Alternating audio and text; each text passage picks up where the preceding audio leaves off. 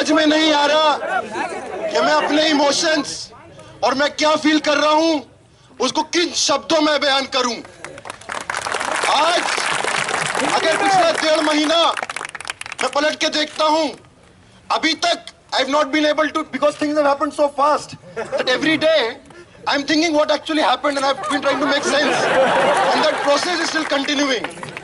लेकिन एक चीज जो बिल्कुल सही साफ शब्दों में यहां पता है, और एक बात मैं बोलना चाहूंगा कि अगर इस सरकार को लग रहा था, आरएसएस को लग रहा था कि वो हम कुछ लोगों को प्रोफाइल करके विछंड करके हम लोगों को तोड़ सकती है, हम लोगों के आंदोलन को तोड़ सकती है, हम लोगों के एकता को तोड़ सकती है और सबसे जरूरी हम लोगों के हौसलों को तोड़ सकती है, तो वो कितने बड़े मुगालते में थे हमको ये देखने को मिल रहा है।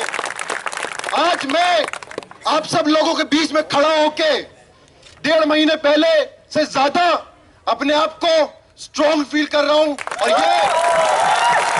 हमारे आंदोलन की एक बहुत बड़ी जीत है। साथियों, हम लोगों को धारा 124A के तहत अंदर किया गया, सेडिशन अंग्रेजी में बोलते हैं, उनको बताना चाहेंगे हमको इस बात का कोई दुख कोई शर्म नहीं है कि हमको इस धारा 124A के अंदर बंद किया गया।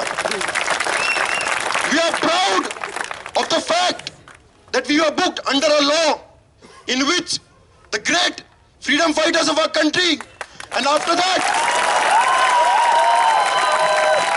several people, वो सारे लोग जो सत्ता को जिन्होंने हमेशा क्वेश्चन किया है, जो जनता के आंदोलनों में जुड़े रहे हैं, चाहे वो विनायक सेन हो, चाहे वो अरुंधति रॉय हो, चाहे वो प्रोफेसर शेख शौकत हो, हमारा नाम उन लोगों के साथ जुड़ा इस बात कि हमको We feel very proud of that fact.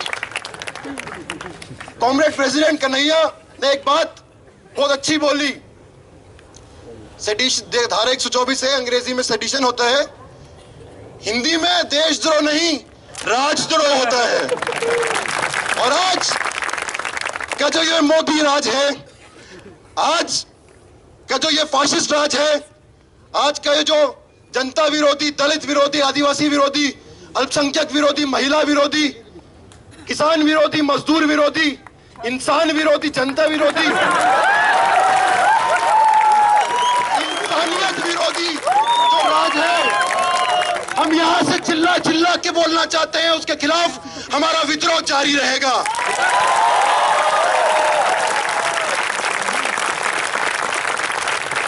एक और चीज सोचने वाली बात है, 1860 का एक लॉ हमारे खिलाफ यूज किया। ये सो कॉल्ड नेशनलिस्ट लोग को अंग्रेजों के पास जाना पड़ा हमको अंदर करने के लिए। मतलब भगत सिंह ने बोला था भूरे अंग्रेज, इनके बारे में ही बोला था शायद। साथियों, अगर साफ शब्दों में मैं बोलूं तो इस बात का भी कोई शर्म नहीं है, कोई दुख नहीं है कि हम लोग कुछ दिन जेल में बंद थे। आज क्रिमिनल्स तो वो हैं जो पावर में हैं, जेल में तो वो हैं जो पावर का विरोध कर रहे हैं। कौन है जेल में? आप अगर थोड़ा डेमोग्राफी देखें तो आपको जेलों के अंदर की जो तादाद है वो दिख जाएगा। अगर आप मारुति के मजदूर हैं जो अपने यूनियन की बात कर रहे हैं तो आपको जेल के पीछे डाल दिया जाएगा। अगर आप छत्तीसगढ़ या झारखंड के आदिवासी हैं जो अपने जल जंगल जमीन की बात कर रहे हैं तो उनको जेलों में डाल दिया जाएगा। अगर आप दलित हैं जो रणवीर सेना के खिलाफ लड़े हैं तो आपको जेलों में भर दिया जाएगा। और अगर आप मुसलमान हैं तो आपकी खता यही है कि आप मुसलमान, आपको जेलों में भर दिया जाएगा। और इसके बाद वो लोग जो इन लोगों के साथ खड़े होते हैं, civil liberties activist, democratic rights activist, उनको भी जेलों में भर दिया जाएगा, हमको भी जेलों में भर दिया गया कुछ दिन। कोई बात नहीं, बाहर आ गए हैं। और जितने और लोग सत्ता का विरोध करते हुए जेलों के अंदर गए हैं, उन सब की लड़ाई को हम आने वाले दिनों में मुकम्मल अंजाम तक पहुंचाएंगे। साथियों, इस लड़ाई में हमने बोला कि आज हमारे देश में फ्रीडम एक्सप्रेशन खतरे में है। मैं अग्री नहीं करता, मैं डिसएग्री करता हूं। कहां है फ्रीडम ऑफ एक्सप्रेशन खतरे में? अगर आप, ये डिपेंड करता है आप सत्ता के किस तरफ है, उस हिसाब से आपको फ्रीडम ऑफ एक्सप्रेशन दिया जाएगा। अगर आप सत्ता के साथ हैं तो आप चाहे मोदी हो, चाहे आप तोगड़िया हो, चाहे आप योगी आदित्यनाथ हो, या इतने सारे इनके छुट भैया नेता जितने भी हैं, पूरा फ्रीडम ऑफ एक्सप्रेशन है हमारे सामने। हमारे देश में बाला साहब ठाकरे का भी हमारे सामने एग्जाम्पल है, जो खुले आम ये बोलते थे कि democratic rights activist, human rights activist को स्टेन गन से मार देना चाहिए, मुसलमानों को मार देना चाहिए। एक भी केस में उनको बुक नहीं किया गया। देशद्रोह तो छोड़ की छूट, बड़ी मतलब बड़ी बात, कोई छोटे मोटे केस में भी कभी नहीं किया गया। जो लोग सत्ता का विरोध करते हैं उनको हमेशा से जेलों के पीछे डाला गया है, और हम लोगों को भी उसी क्राइम के लिए देश उसके पीछे डाला गया। ये बात जैसे मैंने बोला कि I am still trying to make sense of what actually has happened in the last 1.5 months। और जेल के अंदर कई बार मैं सोचा कि क्या हुआ, कि हमने कुछ गलत किया, क्या हुआ 9 को, 10 को, 11 को, बहुत सोचा। फिर एक फिल्म मुझे याद आई। एक फिल्म है जो 1973 में चिले में पिनोशे का कू हुआ था, उस पर फिल्म बनी मिसिंग कोस्टा गावरस का। उस फिल्म में एक डायलॉग है, there is an American who comes to Chile at that time, whose son goes missing, and that American, a middle class corporate guy who comes to Chile at that time when the coup is happening, वो एक चिले के आदमी से पूछता है कि मेरे बेटे ने तो कुछ किया ही नहीं था, उसको गायब क्यों हो गया? वो बोला, तुम अमेरिका वालों की यही प्रॉब्लम है, तुमको लगता है कुछ करना पड़ता है जब जेल में जाते हो। कहीं ना कहीं हमारे देश की स्थिति आज वैसी ही हो गई है।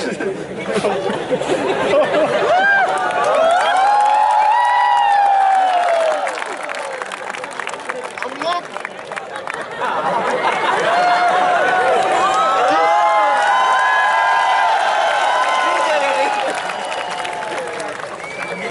जिस तरीके से पिछले 1.5 महीने में थिंग्स हैव टर्न, मतलब turn off events in the last 1.5 months, बहुत सारी चीजें हुई।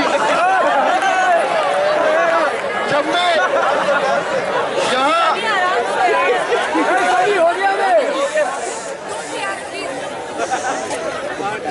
1.5 महीने में जिस तरीके से बहुत सारी घटनाएं हुई हैं, मुझको बोला गया था कुछ दिनों पहले कि मैं जैसे मोहम्मद में हूं। बहुत जल्दी वो खत्म भी हो गया, लेकिन एक इंप्रेशन लोगों के दिमाग में छोड़ गया। लेकिन मजेदार बात यह है कि ये मीडिया ट्रायल प्रोफाइलिंग 23 फरवरी को जो हम लोगों ने सरेंडर किया, उसके बाद भी चलता रहा।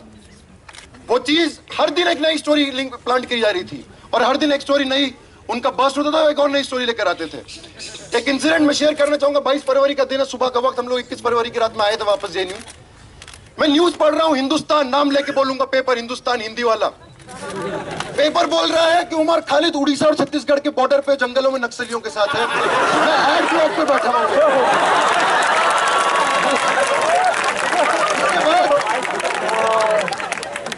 जब पुलिस कस्टडी में था, बहुत कुछ पुलिस कस्टडी में हुआ जो मैं because of the conditions of bail मैं आपके साथ बात नहीं कर सकता, लेकिन और भी बहुत कुछ मैं बात कर सकता हूं। उसके कुछ चीजों पे बात करूंगा। एक दिन एक पुलिस अफसर ऐसी इंटरोगेशन के दौरान नहीं ऐसी बोला कि फोटो कौन सा है, अपने फोन में दिखाया। देखा कि मैं, एक और साथी जेएनयू के कॉमरेड हेम, उनके साथ था। ये फोटो आया है, देखो तुम्हारा नक्सलियों से कनेक्शन है। मैं बोला पहले तो बात आपकी गलत है कि वो नक्सली नहीं है, वो जेएनयू के छात्र थे। और बोला ये आईबी का फोटो है, आईबी फोटो लेकर आया, टाइम्स ऑफ इंडिया में छपा है। मैंने कहा सर ये मेरे फेसबुक से ही उठाया गया है। मतलब आईबी का फुल फॉर्म है इंटेलिजेंस ब्यूरो, लेकिन उसका कोई इंटेलिजेंस नहीं है। लेकिन एक चीज जो सामने आई इस पूरे दौरान, जो मीडिया का रोल था, and I don't think the media was acting independently. I think and I have strong reasons to think like that these were clear instructions एक सेक्शन ऑफ मीडिया को ऊपर से कि ये चीज आप दिखाइए। और उससे होता क्या है हमारे देश में, और सिर्फ ये कोई इकलौता केस नहीं है, ऐसे तमाम केसेस हैं कि मीडिया एक ओपिनियन ऑलरेडी जनरेट कर देता है। आप एक्सपेक्ट करेंगे कि पुलिस इन्वेस्टिगेशन करेगा और उसके बाद वो मीडिया को इंफॉर्मेशन देगा, जो मीडिया प्ले करेगी। यहाँ उल्टा होता है। मीडिया ट्रायल करता है, उसके उसके बाद जाके पुलिस को इंफॉर्मेशन देता है, उस आधार पे पुलिस आपका इंटरोगेट करती है और उस तरीके उस आधार पे इन्वेस्टिगेशन होता है। एक दिन एक पुलिस अफसर बोल रहे हैं कि खालिद यार तू तो मास्टरमाइंड है। मैं बोला किस चीज का मास्टरमाइंड सर? मतलब ये तो आप उल्टा कर दिया आपने पूरी चीज को। जो मीडिया बोल रही है आप वो, अगर आपको वो पॉइंट ऑफ डिपार्चर है तो आपका तो कुछ इन्वेस्टिगेशन हो ही नहीं पाएगा ऐसे। तो ये चीजें मतलब एक ओपिनियन ऑलरेडी, और एक चीज जो बार बार समझ में आई, लास्ट टाइम जब मैं यहाँ आया था तो एक बात बोली थी कि पिछले 7 साल में I did not consider myself as a Muslim, neither did I project myself as a Muslim in this campus, but still I was projected as an Islamist terrorist. लेकिन इस दौरान जिस तरीके से once again इंटरोगेशन के वो details नहीं, लेकिन तो असाइड कॉन्वर्सेशंस होते थे, कहीं ना कहीं ऐसा लगा कि ट्रायल सिर्फ हम कुछ इंडिविजुअल्स का नहीं चल रहा, और मेरे केस में सिर्फ मेरा नहीं और सिर्फ जेएनयू का नहीं, पूरे मुस्लिम कम्युनिटी का ट्रायल चल रहा है। इस तरीके से बातें करी जाती थी, इस तरीके से बातें बोली जाती थी। ये बोला जाता था कि आप जिस तरीके से चीजें फ्रेम होती थी, you have to prove, giving examples of this president Abul Kalam and many other people, कि वो लोग पेट्रियोटिक मुस्लिम्स थे, अब तुम अपना पेट्रियोटिज्म प्रूव करो। बार बार इस तरीके से चीजें फ्रेम की जाती थी। और मुझे एक चीज, जो एक सवाल मेरे दिमाग में बार बार आया, क्या मैं जिस तरीके से अपना अभी तक डिफेंस पेश कर रहा था कि नहीं मैं तो प्रैक्टिसिंग मुस्लिम नहीं हूं, मैंने तो ऐसा नहीं करा, is it actually helping the case? What if I was a practising Muslim? What if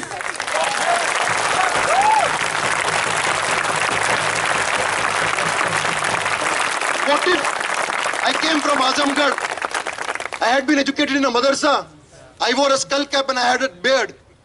Would all of that be justified after that?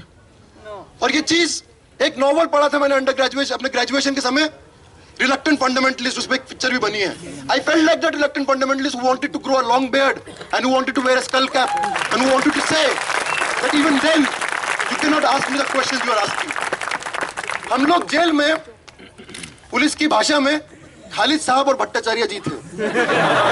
तो खालिद साहब, Khalid Mia, Khalid Bhai was a suspect who had to prove his patriotism. उनको बान पे मुझसे 3 बारी ज्यादा गुस्सा था कि ये भट्टाचार्य कहां से आ गए।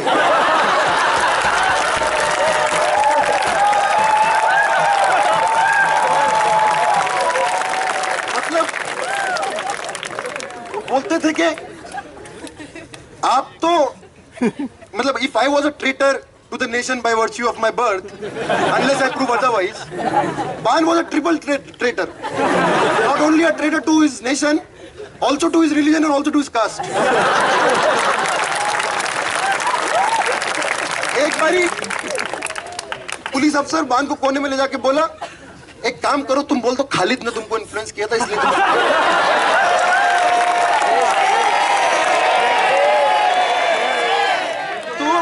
ये सारी चीजें आज, मतलब ये कोई इकलौता केस नहीं है।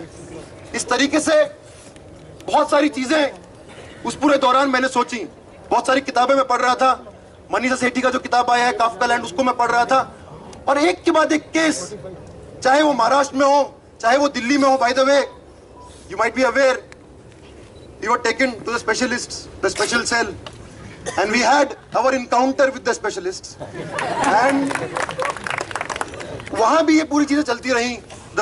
उन्होंने they did not touch us physically, but बाकी सब जो कर सकते थे, बोलना, गालियां देना, ये सब करना, वो हमेशा रहा। ये सब हम लोगों ने इस पीरियड में we have been through all of this। ये सवाल बहुत महत्वपूर्ण सवाल है कि ऐसा क्यों हुआ? क्या कुछ 9 फरवरी को या 10 फरवरी को हुआ था इसलिए ऐसा हुआ? I don't think any one of us are in any illusion about that. This happened precisely for the fact that all of us, we are thinking people. All of us, we don't take anything जो Indian news x, मतलब आज ही मैं सोच रहा था, news x को देख रहा था कि यहाँ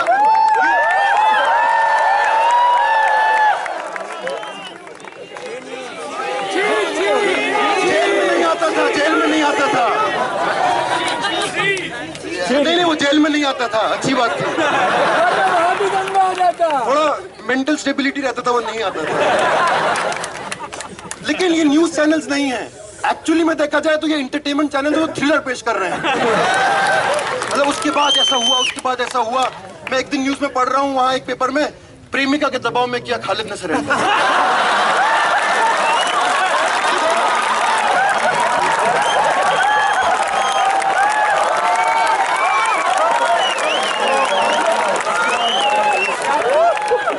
किस तरीके से एक जो मिडिल क्लास ऑडियंस है वो एक थ्रिलर स्टोरी कंज्यूम करना चाहता है, वो एक थ्रिलर स्टोरी पेश कीजिए, और उस म्यूजिक के साथ, इन सब चीजों के साथ वो होता था। In coming back to the point I was making, we were targeted because we think and we do not take anything that is given to us just like that. We question, we interrogate, we debate, we dissent, we are JNU,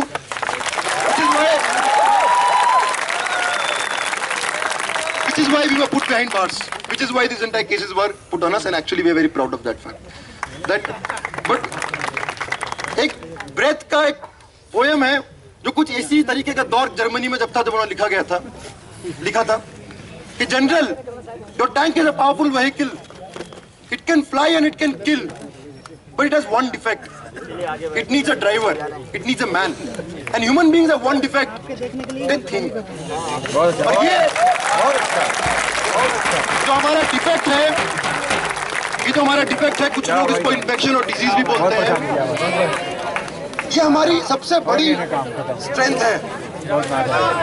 और इसीलिए आज कुछ सवाल, हमारा JNU का एक tradition है पोलेमिक्स का, हर संगठन में पोलेमिक्स होते हैं, हर जगह पोलेमिक्स होते हैं। तो इस दौरान कुछ चीजें हम पे थोपी गई, हम पे बोली गई, हम उन पोलेमिक्स का जवाब देना चाहेंगे आज इस मंच से।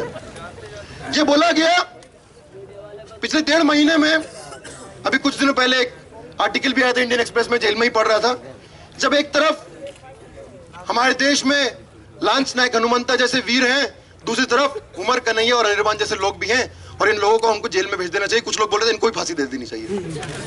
एक बात कॉमरेड कन्हैया ने जो बहुत अच्छी तरीके से रखी है, तो ये बात रखी है कि हाँ, ये बात सही है कि बहुत सारे सैनिक अलग अलग जगह तैनात हैं, वो सैनिक कौन से परिवारों से आते हैं, ये बात कॉमरेड कन्हैया ने बहुत अच्छे तरीके से रखी है। मैं इसी से जुड़ी हुई एक और पहलू पे बात रखना चाहूंगा। एक बात पूछने वाली बात है, सैनिक कहां तैनात होते हैं, कौन सी जगहों को लड़ते हैं, कौन सी जंगों में जाते हैं? क्या ये जंगों का डिसीजन क्या वो सैनिक करते हैं? ये जंगों का डिसीजन कुछ लोग जो सत्ता में हैं, इतिहास गवाह है, मैं हिंदुस्तान की बात नहीं कर रहा, पूरे दुनिया की बात कर रहा हूं, वो लोग अपने पॉलिटिकल, इकोनॉमिक और स्ट्रेटेजिक इंटरेस्ट से सोच समझ के उन वॉर्स को लड़े जाते हैं, और सैनिकों को उसमें कैनन फॉडर की तरह इस्तेमाल किया जाता है।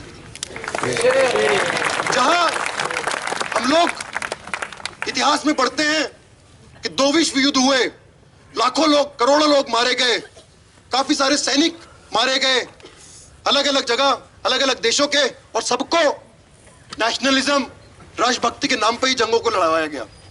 तो जब हम लोग आज से 60 साल, 70 साल, 80 साल पहले क्या हुआ, उसको हम इतने अच्छी तरीके से समझते हैं, तो अगर आज कोई ऐसी जंगें हैं जो यहाँ की सरकार, ये बात सोचने वाली बात है, अपने पॉलिटिकल, अपने इकोनॉमिक, वर्ल्ड वॉर से भी किसी को एम्प्लॉयमेंट नहीं आया था, वर्ल्ड वॉर से भी किसी का पेट नहीं भरा था, कुछ बड़ी बड़ी कंपनियां थी जिनके मुनाफे बड़े थे, और आज भी वही हो रहा है। सिर्फ कुछ आज हमारे पूरे देश को जिस तरीके से मिलिटराइज किया जा रहा है, आप सोचिए, अलग अलग नीतियां लाई जा रही हैं। कुछ सालों पहले एक नीति आई थी, स्पेशल इकोनॉमिक जोन्स।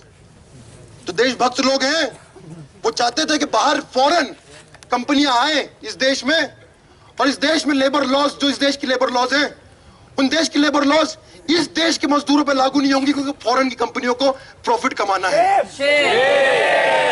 कई सारे मेमोरेंडम ऑफ अंडरस्टैंडिंग साइन हुए फॉरेन कंपनियों से, क्योंकि इंडियन आदिवासियों को यहाँ के उनके अपने जल जंगल जमीन से निकालना है।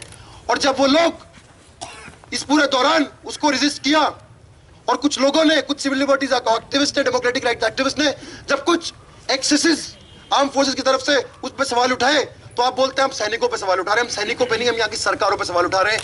हम समझते हैं कि आज बहुत सारे सिपाही जो सेना में हैं, शायद they are fighting the wars for this ruling class, but actually for most of them, their real enemy and our real enemy is the same, and which is the people who are sitting in power, and we appeal to them to also join us in our fight. Otherwise, वही होगा कि जब आप pension मांगने जाएंगे तो आप पे लाठी चार्ज होगा। एक बार एक पुलिस वाले ने, कांस्टेबल ने मुझसे सवाल पूछा, रात के 2 बज गए थे, कि यार तुम्हारी विचारधारा क्या है, जरा मुझे समझाओ। मैं उसको बोला कि देखिए हमारी विचारधारा इतनी सी है कि कांस्टेबल के साथ खड़े रहो अफसरों के खिलाफ। तो उधर एक अफसर खड़ा था, वो सुन रहा था, बोला देखो यूनियन के लोग, भाई यहाँ यूनियनबाजी मत करो।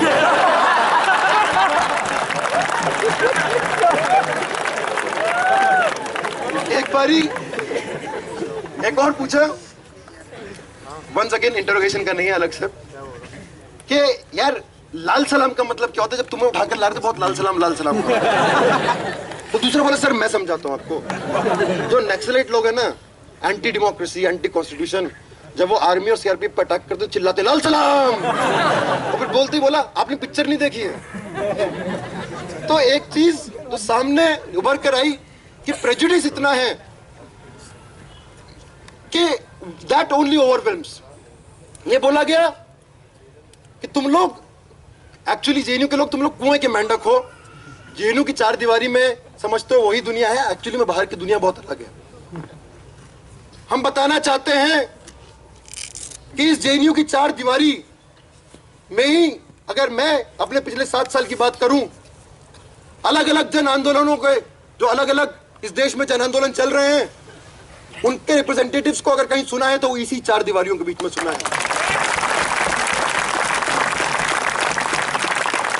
अगर मुझको पता है कि तेलंगाना, छत्तीसगढ़ और उड़ीसा में एक डैम बन रहा है, पोलावरम डैम, जिसमें 400 गांव, आदिवासी गांव विस्थापित होने वाले हैं, तो वह मुझको इस यूनिवर्सिटी की वजह से ही पता चला है। अगर मुझे Salwa Judum, minority witch hunting, caste massacres के बारे में पता चला है, तो वो मुझको इसी विश्वविद्यालय के वजह से पता चला।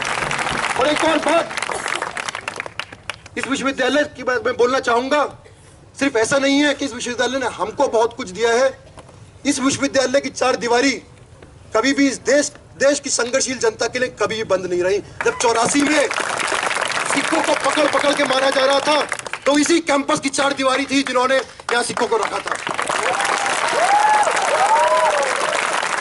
और ये कैंपस का, यहाँ के छात्र आंदोलन का इतिहास है। साथियों, जिस तरीके से हमारे देश में एक वातावरण पैदा किया जा रहा है, शायद गांधी जी के 3 बंदर थे, मोदी जी के भी 3 बंदर हैं।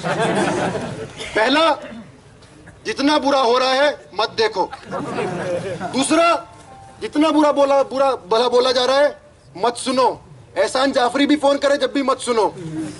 और तीसरा, जितना हो सके उतना बुरा भला बोलो।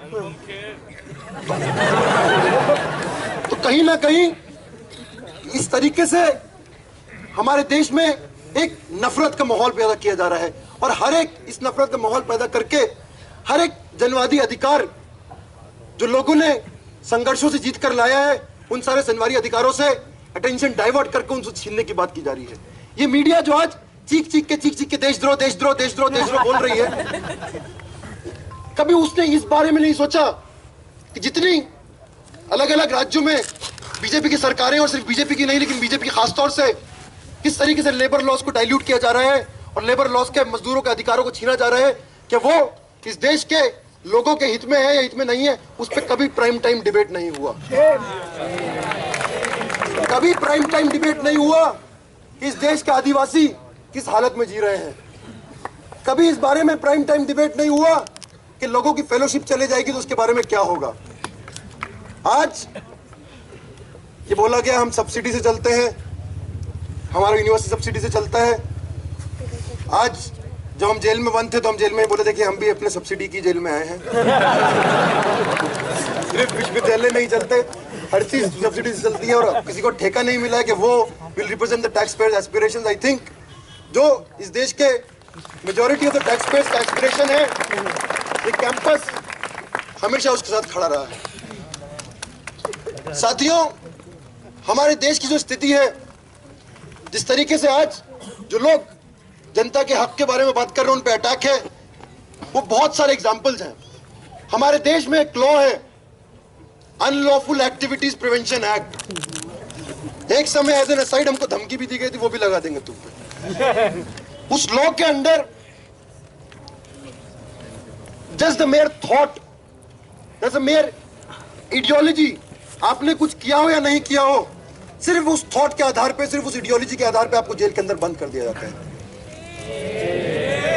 वो लॉ, वो एक्ट ये बोलता है कि आपने कुछ किया हो या नहीं किया हो, अगर आपका इंटेंशन है तो आपको जेल के अंदर बंद किया जा सकता है। इंटेंशन मापने की मशीन नहीं आई है, लेकिन यहाँ के पुलिस वालों को पता होता है कि आपका इंटेंशन था। आप कल बम फोड़ने वाले थे, आज नहीं फोड़ा था, इसलिए हमने आज अरेस्ट कर लिया।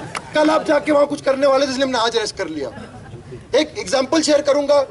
1-1.5 साल पहले एक बॉम्बे के civil liberties activist Arun Ferreira उस कैंपस में आए थे। उन्होंने बोला कि जब मुझको 4 साल पहले जेल में रखा तो पुलिस आके मेरे वाइफ के जो मार्क्सिस्ट सोशियोलॉजी टेक्स्ट बुक्स थे वो उठाकर ले गए।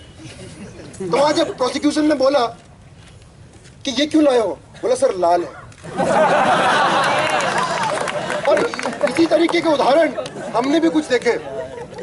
पहले दिन प्रोसिक्यूशन आके बोल रहा है कि उमर और अनिर्बान का अफजल गुरु और मकबूल भट्ट से रिश्ता तलाशना है। हम सोचा भाई एक जीवित इंसान का एक मुर्दा इंसान से कैसे रिश्ता हो सकता है? Unless and until Delhi police believes in some transcendental state, dead and the living meet. हम बोले मकबूल भट्ट को तो फांसी हमारे पैदा होने से पहले लगा दी, कहां से बनता है? लेकिन ये सारी चीजें, और एक और बात है, मैं बात को खत्म करते हुए, बीजेपी को ये बात बहुत बुरी लगी, आरएसएस को ये बात बहुत बुरी लगी कि जेएनयू में कुछ लोगों ने भारत के बर्बादी के स्लोगन लगाए। हम कंडेम करते हैं उस स्लोगन को, हमारा स्लोगन नहीं है, लेकिन बीजेपी को बुरी क्यों लगी? बीजेपी को लगा ये हमारा ठेका है, और लोग क्यों कर रहे हैं?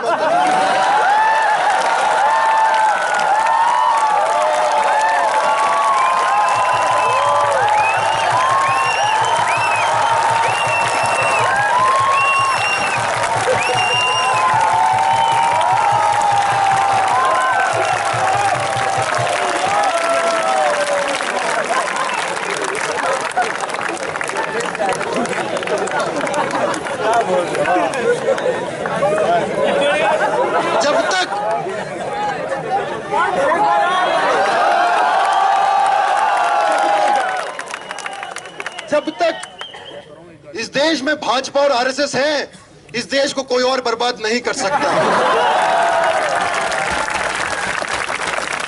हम इस देश की बर्बादी के लिए नहीं, इस देश की आबादी के लिए लड़ रहे हैं। लेकिन एक नारा तो जरूर रहेगा, और कुछ मीडिया वाले हैं तो उनको बोलूंगा, यहां जंग का मतलब संघर्ष है। भारत की नहीं, संघ की बर्बादी तक जंग रहेगी, जंग रहेगी।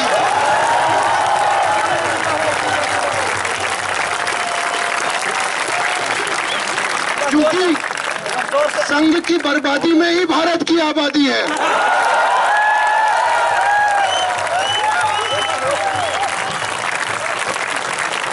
कल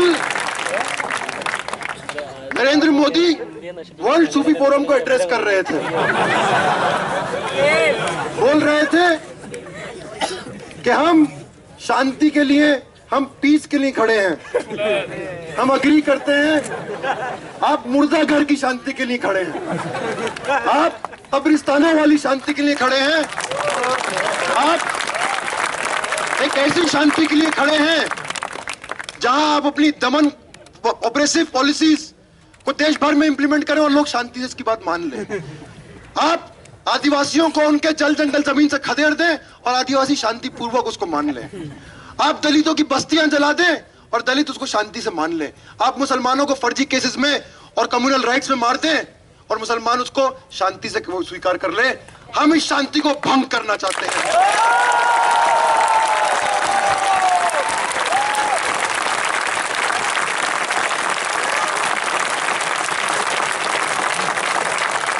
Because we believe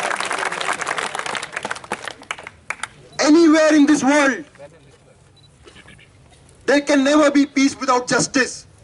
And we are fighting for all the people to establish that peace and that justice. साथियों, जिस तरीके से इंटिमिडेशन, थ्रेट्स, मारने की धमकी, आज मेरे परिवार को एक सिक्योरिटी मिला हुआ है क्योंकि अंडरवर्ल्ड से धमकियां आ रही थी। हमारे देश में बोलना, आवाज उठाना, मतलब ये it's a very serious thing. I want to point your attention to it can actually be fatal. People have been killed. There is an entire history in the 80s of civil liberties activists in Andhra Pradesh being killed because they spoke about the state repression. There is, हम भूले नहीं है शाहिद आजमी को, जिनको उनके संघर्ष के लिए उनको मार दिया गया, और ऐसे सैकड़ों लोगों को हम भूले नहीं हैं। अलग अलग तरीके से हमले किए जाते हैं, अलग अलग तरीके से बोला जाता है कि अगर आप ज्यादा बात करेंगे तो आपको जान से मार देंगे। मार्क्स ने बोला था, let life be dead but death must not be allowed to live. Today it's true that we may face consequences if we continue to speak up, but without speaking up it will be a morbid life. And let us assure the people, we want to assure the people in power, चाहे वो RSS हो, चाहे वो भाजपा हो, चाहे वो VHP हो, या इनका पूरा परिवार जिसको संघ परिवार बोलते हैं, उन सबको यह अश्योर करना चाहते हैं, हर एक लड़ाई में सबसे आगे आप हमको पाएंगे। हर एक संघर्ष में अगर आपको लगा इसके बाद हम चुपचाप अपनी पढ़ाई करेंगे, हम चुपचाप अपने वापस लाइफ में चले जाएंगे, ऐसा नहीं होगा। आज आपने हमको पिछले 20 दिन 25 दिन में जेल में डाल के हम पे और बड़ी जिम्मेदारी हमारे कंधों पे दी है, और हम उस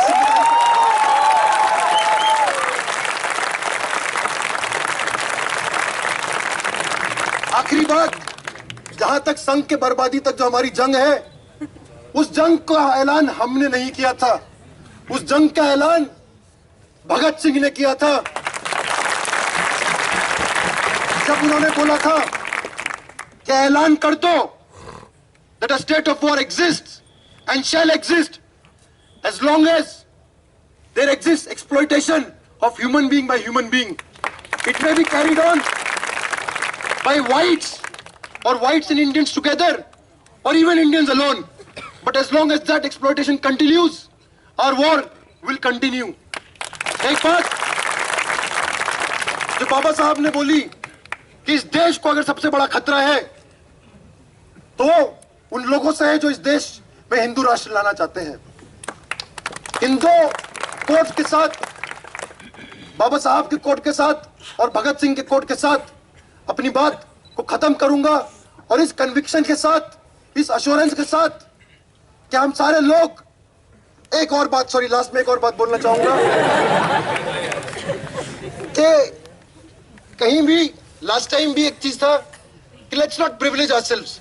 जो यहां पिछले 1.5 महीने में हुआ, एक्चुअली में देखा जाए तो जो इस देश में जिस तरीके से रिप्रेशन, स्टेट रिप्रेशन होता है, उसके सामने कुछ नहीं था।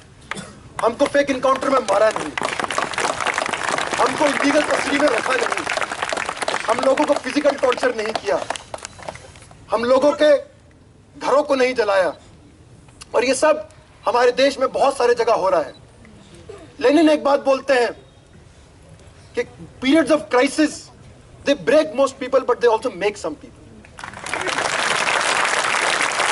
आज वो जिम्मेदारी हमारे ऊपर है कि आने वाले दिनों में हमारा क्या रोल रहेगा। This movement has brought a lot of people into this movement and it is our responsibility। जब ये आंदोलन खत्म हो, और ये आंदोलन आगे चलेगा, एक बहुत फैंसी नाम दिया है हाई लेवल इंक्वायरी कमेटी, तो उसके खिलाफ भी लड़ना है, सेडिशन चार्जेस को स्क्रैप कराने के लिए भी लड़ना है, और इस सारी लड़ाइयों के बाद भी जो एक ऐसा समाज बनाने की लड़ाई जहां वायलेंस, फिजिकल वायलेंस, किसी को मारना तो दूर की बात, एक इंसान दूसरे इंसान को थप्पड़ भी ना मार पाए, ऐसी सोसाइटी बनाने की लड़ाई को हम सबको इन्हीं शब्दों के साथ और इसी एश्योरेंस के साथ कि इस संघ गिरोह के खिलाफ, उसको निस्ता नाबूद करने के खिलाफ हमारी लड़ाई, हमारा संघर्ष जब तक अपने मुकम्मल उस पर नहीं पहुंच जाता, कल्मिनेशन में नहीं पहुंच जाता, हम सारे लोग इसी तरीके से कलेक्टिवली यूनाइटेडली लड़ते रहेंगे। शुक्रिया। इनकलाब जिंदाबाद, छात्र एकता जिंदाबाद, छात्र शिक्षक एकता जिंदाबाद, छात्र मजदूर एकता जिंदाबाद। शुक्रिया। Allah is Rahman and Rahim.